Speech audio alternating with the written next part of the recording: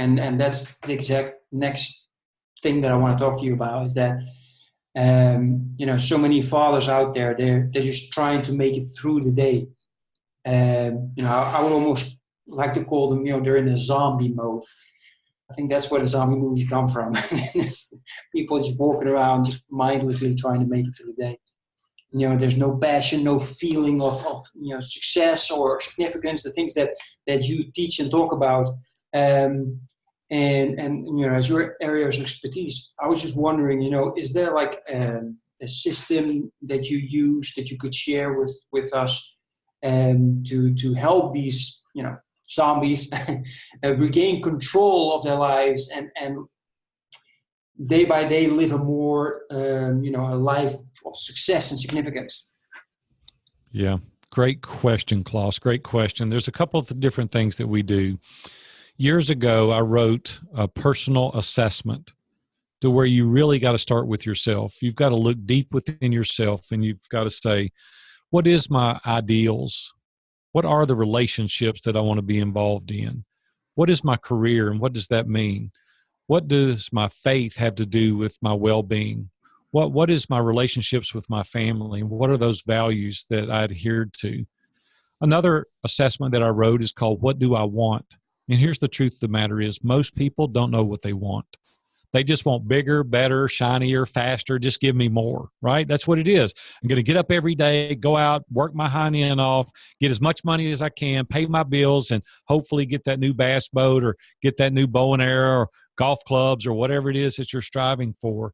But they ultimately really don't have a vision, and they don't really know what they want. And I asked this question on the assessment. If financially there were no limitations and geographically there were no limitations, what would you do with your life tomorrow? And most people go, man, I don't know. I don't know what I would do tomorrow. See, there's no thought, there's no forethought at all in how you want to live your life. My wife and I are very intentional. We're very proactive about how we live our life. We just celebrated 38 years together. We've been together a long time. And we've lived our life very intentional. Where do we want to live? What kind of money do we want to make? How many trips do we want to take? What are the things that we want to buy this year? How do we want to give our money away? How can we invest in our grandchildren? It's very, very intentional. Well, most people are just living their lives reactive, not proactive. Whatever emergency is for the day, that's what they're dealing with. Well, to me, that would be very miserable. It would be miserable to just live your life reactive. Just whatever comes at you, you deal with it today. That's not living a life to an abundance. That's not living a life of adventure. That's living a life that's drudgery. I can't imagine doing that in this zombie attitude that you're talking about. Well, what do you think you're conveying to your children? The same thing, right? They're going to model what you teach. And if you don't teach to have a spirit-led life, or you don't live in abundance, or they're not going to have it, right? What you do in moderation, they're going to do in excess, whatever that is. So if you really are living that zombie life, it's going to be 10x for your kids, because that's what you've modeled. I've watched our adult daughters, and they've kind of set up their home like our home, because that's what they were modeled. Certain things go in certain places. They have different rituals that we did at home. See, what are you teaching your sons? What are you teaching your daughters today? Because you're the model. That's how they're going to live their life. So listen, we've got to be very intentional and very careful, because it's incumbent on us as a dad to live that life, to teach your children how to live that abundant lifestyle. So man, you really got to dive into these personal assessments. You've got to really strategically think through how you're living your life.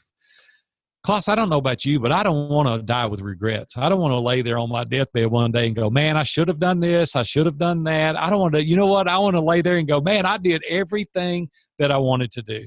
I accomplished the goals. I accomplished the task. I've lived a good life, and I have no regrets. It would be terrible to lay there one day and look back and say, I should have spent more time with my son.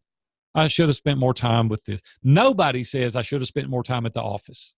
It's always family, right? That's who gets cheated the most. We've got to build these boundaries and say, I'm willing to do whatever I can do in this time frame. You got to prioritize your priorities. My good friend Rory Vaden wrote a book called Procrastinate on Purpose. And what he teaches in the book is there's only about 5 or 6 things that you really should be devoting your attention to. Everything else should be a no. But you've got to decide what's important for you. And once you do that, you'll have the bandwidth to spend on the things that are important because you've elected to annihilate the things that are not bringing value to you or your family, and you're going to excel at what you do because you focused on what's really important. So if you want to train your children up right, live a proactive life and not a reactive life. Excellent, excellent. Well, I hope that a lot of people are going to follow your advice. I absolutely agree.